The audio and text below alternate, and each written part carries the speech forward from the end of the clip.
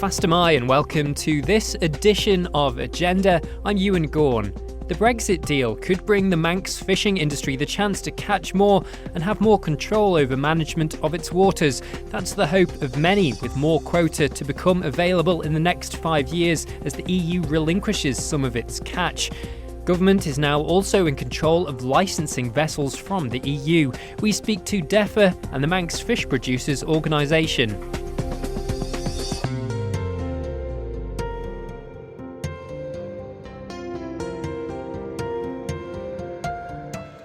Fishing rights and grounds have been hotly contested between the EU and the UK in the run-up to this Brexit deal, which was struck on Christmas Eve. European vessels will continue to fish UK waters under it, but the amount they can catch will be reduced over the next 5 years by 25%, with UK vessels, and by extension, we hope Manx vessels, getting more quota to fish. In 2026, the two will annually negotiate sharing catch, and the UK could block all access to the EU, but this would likely result in punitive tariffs on fish exports from the UK. Well, the biggest bonus with an Isle of Man focus is tariff-free trade. We can continue to sell shellfish to markets in France and Italy and bring in the £13 million the industry is roughly worth to the economy each year.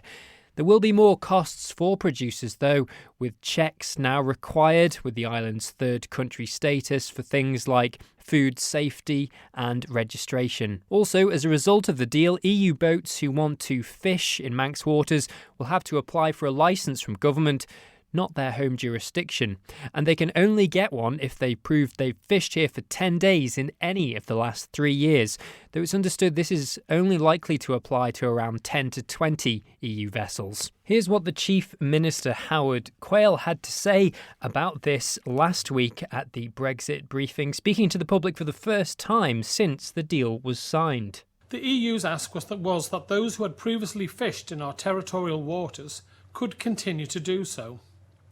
The whole question of fishing has caused a lot of emotional debate here on the island and across in the UK. It was clear that without fish for the EU, there would be no goods for us.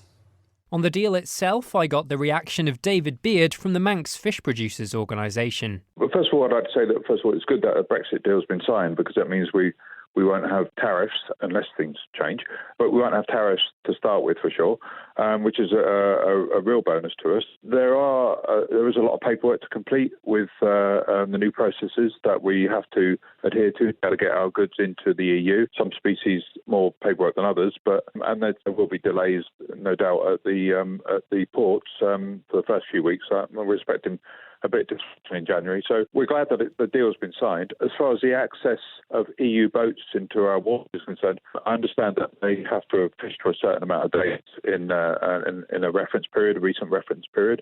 Again, that's a good thing. It should restrict the number of EU boats that come into our waters, but I just need to know more detail on that, really, because I don't know how many boats this affects. I mean, government will know those figures. Between 20 and 30, we were given as a rough estimate. Yeah, I guess that depends on how many had access before, so it depends on what percentage of boats have been excluded. So if we don't know the original figure, then I can't really comment on that. The thing is that what we need to bear in mind is that while this is a good thing that they're can restrict the number of EU coming into our waters, the question I'd ask was, does that restrict the amount they can fish for as a whole? I'd be concerned about the fact that they might be fewer boats, but they would have a similar amount of quota because of the deal that's been signed, and so therefore they could just come here more often. So it'd be fewer boats but fishing more rather than a higher number of boats and fishing less. So really need to know the sort of detail about that, because it's all about the amount they can fish for. It may or may not have much impact. We just have to see what the figures are. I guess it depends on the species, because the deal, that the 5.5-year transition period that's been signed for fisheries, some of the species there's hardly any difference over that 5-year period, and other species there's quite a considerable difference over the 5.5 years. So it depends on what they're fishing for, I guess. And will any of those species are they on Manx waters, and will that likely affect any of the boats from the EU coming here? Well, they're definitely in Manx waters, yeah, and in the wider RSC. I mean, the area we're in is Area 7A, which is one of the EU sort of areas that has quota for each of the quota species. So each of the European countries has a certain amount of quota which they can fish for, which is going to be reducing over the next 5.5 years. So where does that quota go? Will that go back into the possession of Manx industry? No, it goes into the UK pool of quota. Or should we be fighting for it? Well, first of all, the UK gets this pool of quota. We'll get the extra quota. It then goes to all the divided up amongst the devolved administrations. The Isle of Man comes under the English pool of quota. So if we want to be able to fish for the species which there should be more of in our waters and surrounding waters, then we need to get more quota from the English pool. And at the moment, the amount of quota that we have for the Isle of Man is very limited. That's why we fish for what are called non-quota species, such as scallops, queenies, whelk, crab and lobster. They're all non-quota species. The quota species are what you tend to eat off your plate, like cod and haddock and Dover sole and species like that. And we have very limited quota for that. And some species we have no quota. Well, in the spirit of taking back control of waters, is there an opportunity now for the Isle of Man to make a case to the UK and say, look, you've tried to do this from the EU. We wouldn't mind trying to do the same from you guys? Yeah, I mean, it's the same argument, really. I mean, the UK wanted to take back control of their waters, and the Isle of Man should want to do the same. So I think the arguments are similar. There has been a consultation from DEFRA in UK, which was completed in December, and both DEFRA here on the Isle of Man and the fishing industry here on the Isle of Man replied to that consultation, and that was all about how new quota or additional quota could be used. And one of the questions that they asked was about whether it should be regionalised, so that you get the quota which is in your zone, so that you can actively fish for the species that are in your waters. And obviously that's what we want. We want quota for the fish that are in our waters and in the surrounding wider Irish Sea. To achieve that, would it be the fisheries management agreement which would need to be reviewed and maybe redone? There's separate issues, really. Sorry. One is about quota. Is actually getting the quota from the English pool, or having a part of it. Yeah. The other part is to manage our own waters.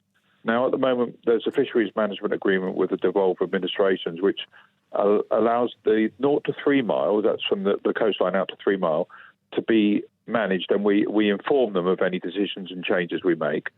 But in the 3 to 12 miles, still within our territorial sea, we need to consult with them if we make any major decisions. And it would be good for us to be able to manage right out to the north, right out to the 12 mile, because we do a very good job of managing fisheries in a sustainable way. We're one of the few places in the whole of the UK that do it for scallops and queenies, and we've done a good job of it, a really good job. So in comparison, the UK hardly manage those stocks at all. They don't really manage non-quota stocks. So they're starting to look at how we've done things, because a lot of the UK stocks are declining. So I would like the opportunity for the Isle of Man to be able to manage the quota species such as prawns and Dover sole and skates and rays and all the things that are caught around the Isle of Man. That was David Beard from the Manx Fish Producers Organisation.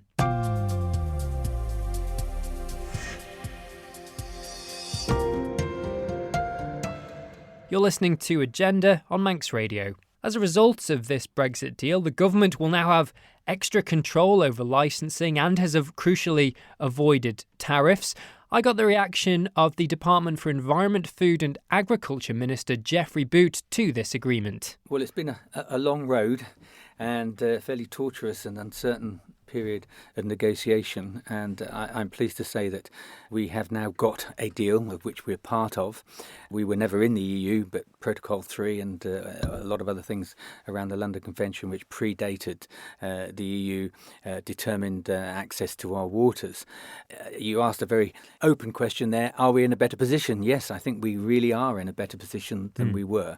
Certainly from our perspective, we will have the ability to license all vessels that fish in our waters. At the moment, we license our Manx vessels and our UK friends, but now we will have the ability to license EU vessels, and the fear of latency, which was an unknown quantity of boats being able to fish in our waters, has gone, and we've also got a situation where all vessels that are EU based that want to fish in our waters will have to prove a 10-day fishing track record in any 3 reference periods, not up to this year. In other words, 3 12-month periods. So that's a much improved position. So where are these EU vessels coming from, and what sort of species are they fishing in our seas? Well, the EU vessels that have had access have come from France, Belgium and Southern Ireland, and they've fished for quota species. Herring is one that comes to mind. Every year we see vessels come in and fish for herring. They are within the areas that the Irish Sea covers, able to fish for other quota species if they're there, and that has always disadvantaged our fishermen who don't have access to that quota. If I'm a Manx fisherman, what's my reaction to this? We can license EU vessels, but they'll still be getting the same amount of quota, at least for now. So, I mean, how are we helping our fishermen get more quota? Well, looking at the situation at present, from the 1st of January, things will have improved in as much that any vessel that wants to come and fish here will have to have a Manx issued licence, and that will restrict the number of vessels, I'm sure, that have the necessary track record. So that's an improvement on day one. Well, to clarify, on that, will you be able to police that? Yes.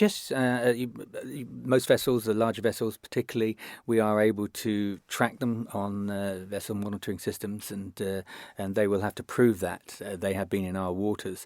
But looking forward to quota, at the moment we were disadvantaged when quota came in some years ago, and we didn't get what I call a real fair share of what was on offer. I think the UK, who've been working with us on this endeavour, are aware of that, and we've recently responded a consultation paper to them. And as the 5-year progression kicks in, as the EU hands quota back, there will inevitably be a situation where more quota will be available, and proportionally, I think we will capture some of that, which is very important for our fishermen. And are you aiming on getting those quota species back within sort of the scope of Manx fishermen? Because, I mean, we have songs about catching herring, but nobody does it anymore. Is that important, do you think, to our fishery to have that? Yes, certainly. To have some of the quota species available to us is important. Good for diversification, and it's good for us to be able to manage our fisheries as well, make it more sustainable. You are right about herring. Unfortunately, at the moment, we don't catch any herring in any quantity anyway on the island, but it's quite a specialist catch. But yes, things will get better, I'm sure of that, and having more control from 0 to 12 instead of just 0 to 6 will enable us to manage the fisheries more sustainably and work with the UK with community fisheries and sustainability, etc. So it's a good move. Well, I'll ask you about management next then, as we've discussed quota. The renegotiation of the fisheries management agreement has perhaps been on the back burner, but it's something some people would like to see. Is that on your horizon? It very much is. We want to see how we go forward and work with our neighbours. This agreement in giving us control, the 0 to 12 in a licensing sense, is a big step forward and will give us a stronger negotiating hand in what we do. We should never forget that our fishermen at the moment concentrate mainly on non-quota species. And because they have to. Yeah. But they are profitable. King scallops and queen scallops are a good catch, and whelks, of course, and some of our shellfish. But that may not be the case going forward. There may be a case for our boats wanting to access waters outside of our territory. So we have to be careful how we pitch these things, because nothing stays the same forever. If we suddenly run into a situation where queen scallops and king scallops, and we have had some bad years, were not sustainable, then fishermen will be diversifying. In fact, COVID has been a good driver in that respect. For the first time in my memory, we've seen quite a lot of local fish caught and supplying restaurants and the local market, whereas a lot of fishermen just concentrated on scallops. They've seen that there is a market when the scallop market isn't there for local fish. In the spirit of Brexit and taking back control, I've spoken to the MFPO, for example, they really want us to make that case for full control of the 0 to 12 without consultation. How achievable is that? It's political, and it will have ramifications if we have total control. But we've proved we can do it, can't we? I mean, we with our have management. One of the best managed fisheries in the British Isles, and in fact, probably around the world if you look at what goes on. So we can do it, but then it boils down to the access and how we deal with that. So we have to be careful. Certainly, I would like to be renegotiating from a fairly strong position, but we have to remember that we are a small country surrounded by somewhat larger countries. So what are the achievable aims then in relation of taking more control? Well, I think we've already secured more control with this agreement, the EU Brexit agreement, by having licensing control and an ability to manage those species that we have within our waters. And we will be working with the UK authorities to make sure that they don't over-exploit even within the areas that we talk about that are bigger than our territorial sea. So, we're making good progress there. And I understand the fisherman's point of view. There is a feeling abroad that we should have Manx waters for Manx vessels. And I completely see that, but there is a bigger picture there with international agreements, and for instance with this agreement we have, which still allows some access. We should never forget that had it gone bad, our scallop sell 90% of them into Europe. Our market for those goods would have vanished, and that would have been a real severe blow to our fishing fleet. Well, we'll talk about that actually now you've raised it. It's tariff-free at the moment. I mean, obviously, there could be punitive measures if people fall out, and I know the industry in the UK is not very happy with what's been agreed. There is going to be additional paperwork and bureaucracy for exporters. I understand that food safety is going to become a bit more of a requirement when it comes to export. Can you tell me anything about that? Exports of meat and fish products will require health certificates. Now, we've already gone through that. We know what we have to do and how that can be achieved. We have a system in place. So will you need more vets? No, not necessarily. I think we can work with what we've got, and we are prepared. We've now got third country status, which is useful when dealing through the UK with the EU. So, yes, we are prepared. There will be a bit more paperwork, undoubtedly, and but that paperwork at least enables us to export into the EU tariff-free, which is the important thing. So in comparison to tariffs, I'm sure there's going to be additional costs with paperwork. I know I've spoken to some suppliers who've had to get in touch with agents, perhaps in the UK and the EU, to ensure product moves smoothly and it fulfills all the requirements. But that's not going to be anything like we would have seen with tariffs, is that correct? No. I think looking across the board, lamb tariffs, for instance, and I'm going to agriculture now rather than fisheries, around 40% or more. Well, it's certainly not going to cost an extra 40% to complete the paperwork trail. And even when you come to scallops, where I think the tariff was around 8%, I don't think it will equal that in any way. Are you concerned at all about the UK industry's reaction to the deal and what that might have if there's disagreements with the EU, in terms of tariffs, and how that might affect us, even though we're essentially nothing to do with some of those disagreements? Well, we've always been in that position, and it is a concern, obviously, that there may be future disputes that result in punitive tariffs on various goods, and I think we've seen that all around the world with America and the EU and various other jurisdictions over the years. I mean, Scottish people or nation was affected by tariffs on some of their goods going into America. Nothing to do with them really, but they were caught in the crossfire. It's something that obviously we are aware of, and I hope the spirit of the agreement will be such that we all acknowledge that there are benefits from both sides, that we continue to trade with each other. And it's a fact that the EU want our products and we want some of theirs. So let's hope that is a situation and a status quo. Moving to agriculture now, it seems to be promise basically good news in terms of the tariff-free trade. Is there anything, some people have mentioned some of the issues with certain red meat products. Will that affect us at all? Well, as I see it at the moment, we believe that sausage meat or mince is affected, and we're trying to clarify that situation. It's a long document with many annexes and 1,400 pages, so we're going through that to look at the implication. But I don't think for our animal exports at the moment, meat exports, there will be any direct effect. Obviously, the fear of the big punitive tariffs has been removed. I think the biggest problem for our agricultural industry and to a certain extent fisheries is COVID at the moment. Markets are vanishing. The UK is closing down again. We've got animals coming through the meat plants that are finishing now, lambs as well as beef, and the markets are reducing. So the fear there is not Brexit now, but the effect of COVID. No deal was the nightmare scenario. Do you think the deal could have been more advantageous to the Isle of Man, or is this the best that we could have hoped for? Well, you could always get better. There's always something that you could have done better.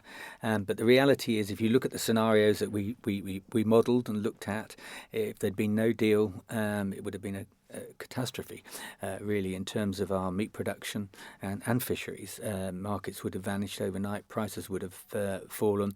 So a good result in that respect, that we are going to be able to trade tariff-free and continue, albeit with some extra bureaucracy. So that's good news. Could we have got more? I think in terms of fisheries, we actually got, to a certain extent, what we thought we could achieve. We went in there with three main aims, and that was to level of effort and reduce access or maintain access at the same level.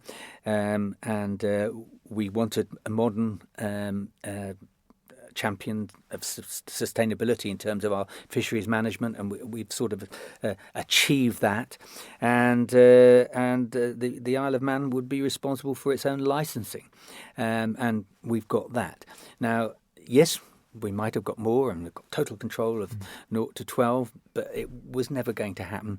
There was, and that's still up for grabs in future. Yeah, it's still negotiable. So with future agreements with the surrounding jurisdictions, we may well achieve more in the future. But for the time being, I think we've got a good deal. It's far better than anything that we were looking at in some of our scenarios.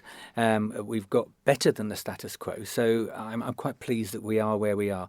We have to remember that we are small players, very small players in the scheme of things. And if you look at the EU agreements when the UK joined the EU, we were tagged on the end because we were almost forgotten with the Protocol 3. This time, I have to say, and credit to our fellow UK departments, DEFRA, they've kept us informed, they kept us in the loop, they've asked us what we were looking for, how we could fit in, and I think that has played a big part in getting us to where we are at the moment. And I mean, I breathed a big sigh of relief on Christmas Eve, which was my birthday. It was a great birthday present.